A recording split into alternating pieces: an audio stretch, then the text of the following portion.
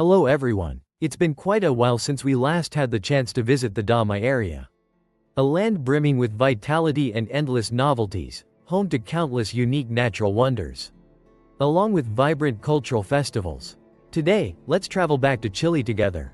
5 minutes only, to explore the city of Santiago in Chile, often simply called Santiago. The place hailed as the most unique capital in the world. From the satellite image, you can see a fairly dense and concentrated residential area. This is the city of Santiago de Chile, which is also the capital of the country Chile. However, it stands apart from other cities or capitals around the world. Santiago de Chile is not an administrative division of the country. This area has no municipal authority responsible for its management. The first, second, and third level administrative divisions of Chile are regions, provinces, and communes, respectively. Although this city is part of the Santiago metropolitan area.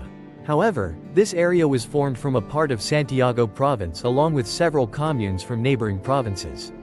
With a total area of 838 square kilometers and a population of 6,258,000 people. The population of Santiago is primarily of Spanish descent. Next are those whose ancestors are a mix of white and indigenous people, commonly referred to as mestizos. Additionally, there are a few people from France, Germany, Italy, and Greece.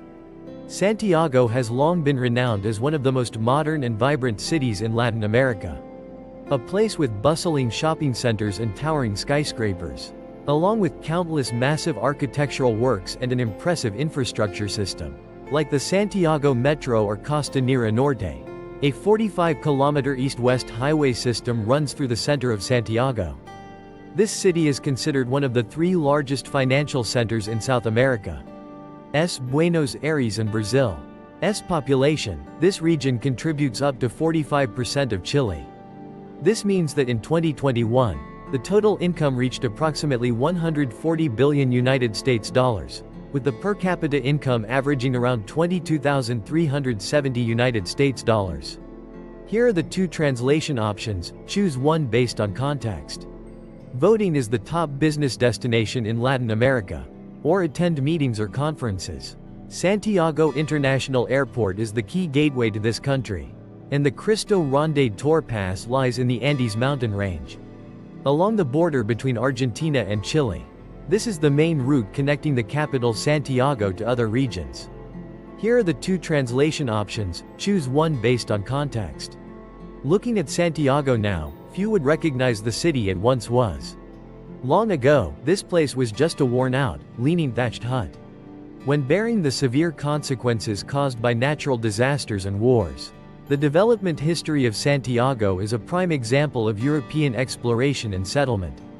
Conquering Latin America. According to archaeologists, around the year 800, some indigenous communities have chosen to settle along the Mapocho River area. Currently, this land is Santiago, where they decided to settle. They mainly live by growing corn, potatoes, and raising livestock. On December 12, 1541, recognizing the immense potential of this land, Pedro de Valdivia, a Spanish explorer, arrived here and established a new town. He named that town Santiago del Nuevo Extremo, to honor Saint James, the patron saint of Spain at that time. This has faced opposition from the local residents, and especially the indigenous Mapocho people. After that, the city of Santiago was burned to the ground, along with Pedro de Valdivia. He was killed right at the defensive base on Santa Lucia Hill in 1553. Earlier, in September 1553, a powerful 7.0 magnitude earthquake devastated nearly the entire fledgling city. However, with a clear superiority in weapons and applied techniques in agricultural production as well as aquatic product harvesting, the Spanish quickly turned back and suppressed the indigenous forces. Restore Santiago by rebuilding its iconic buildings and architectural landmarks.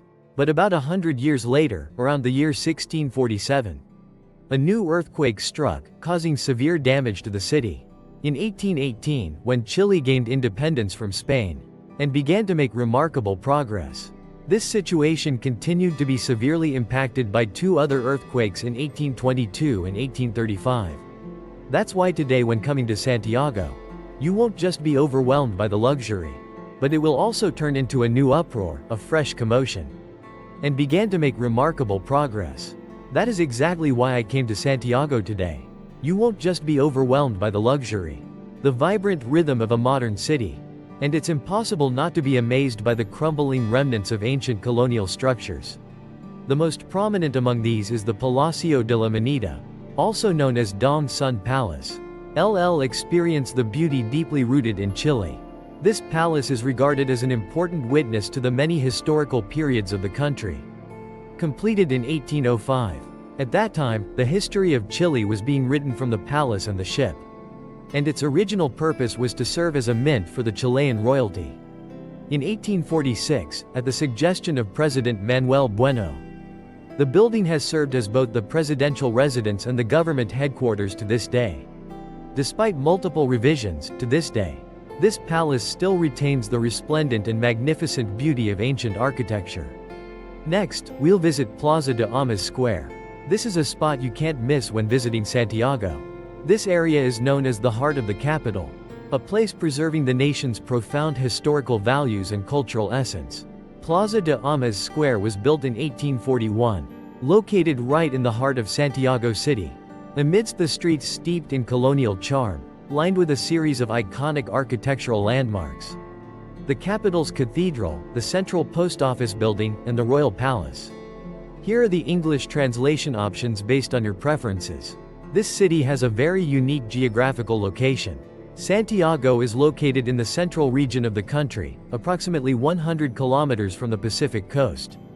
On the map, we can see the city nestled snugly within the fertile Santiago Valley.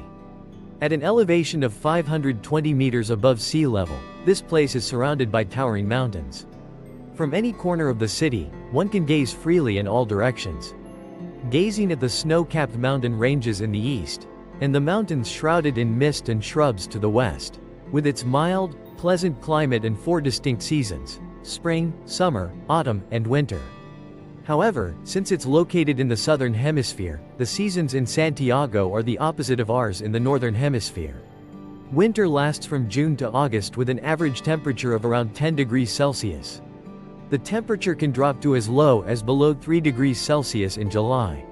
Snow rarely falls in the city, but it blankets the high mountains surrounding it in white. Here, many stunning ski resorts have been developed, attracting a large number of visitors from all over the world. Vail Nevado is one of the world's most famous ski resorts. Just 90 minutes away from downtown Santiago, we will have the chance to experience the most amazing ski resort in Chile. Perched at an elevation of 3,000 meters above sea level, nestled between towering peaks reaching up to 6,000 meters in the majestic Andes mountain range. This is an internationally certified ski resort with nearly 40 kilometers of slopes, divided into multiple separate skiing zones. The racetrack also features sharp turns and steep, treacherous slopes, challenging even the most seasoned racers. Spring lasts from September to November, with temperatures ranging from 12 degrees Celsius to 29 degrees Celsius. This is also the occasion for the most vibrant festivals and parades of the year. Thanks to this, the streets of Santiago became lively and vibrant, adorned with colorful flags and flowers everywhere. Spring is the perfect time for nature lovers to visit Santiago, and Cerro Santa Lucia is definitely a must-visit destination on this occasion. This is a small hill located right in the heart of the city. It was formed from the remnants of a 15-million-year-old volcano. The most special thing is right on this hill. In 1541, Pedro de Valdivia officially declared the founding of the city of Santiago. Not only does this hill hold significant historical importance, but it is also an ideal destination to admire the panoramic view of Santiago City from a height of 629 meters above sea level, and stands 69 meters higher than the surrounding areas. Additionally, there is Metropolitan Park.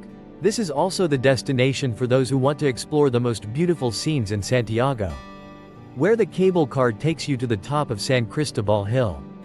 This stunning zoo and botanical garden, also known as the Mountain Climbing Zoo, was established in 1925.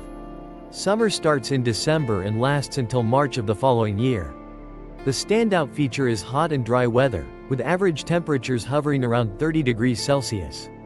The weather becomes cooler and more pleasant as autumn arrives, lasting from late March to May. with the average temperature typically ranging between 20 degrees Celsius and 22 degrees Celsius. The ideal activity right now is probably visiting the vineyards and savoring the premium wines of the Santiago region. Among them, the standout is the Cagino Macol Vineyard, established in 1856 with an area of over 100 hectares. This is one of the largest and oldest churches in Santiago. On this vast land, you can admire ancient grapevines that are over 100 years old, along with many ancient wine cellars built with bricks and limestone weathered by time. Thanks to the harmony of rain, sunshine, and wind at an altitude of thousands of meters, the children here possess a uniqueness so distinct it's nearly impossible to put into words. Additionally, if you love poetry, don't miss the chance to visit La Chascona Museum, the home of the renowned poet Pablo Neruda. The poet won the Nobel Prize in Literature in 1971. The small house sits at the foot of San Cristobal Hill, easily recognizable from afar by its distinctive ocean blue painted wall. La Chascona is the house Pablo Neruda built in 1953 for his third wife, Matilda Urrutia, the one who lived with the poet, sharing every joy until life's final moments. This is not only where he entrusted his feelings for his wife, but also a place that holds his love for the sea. The residential area is designed in the shape of a ship gliding through the waves toward the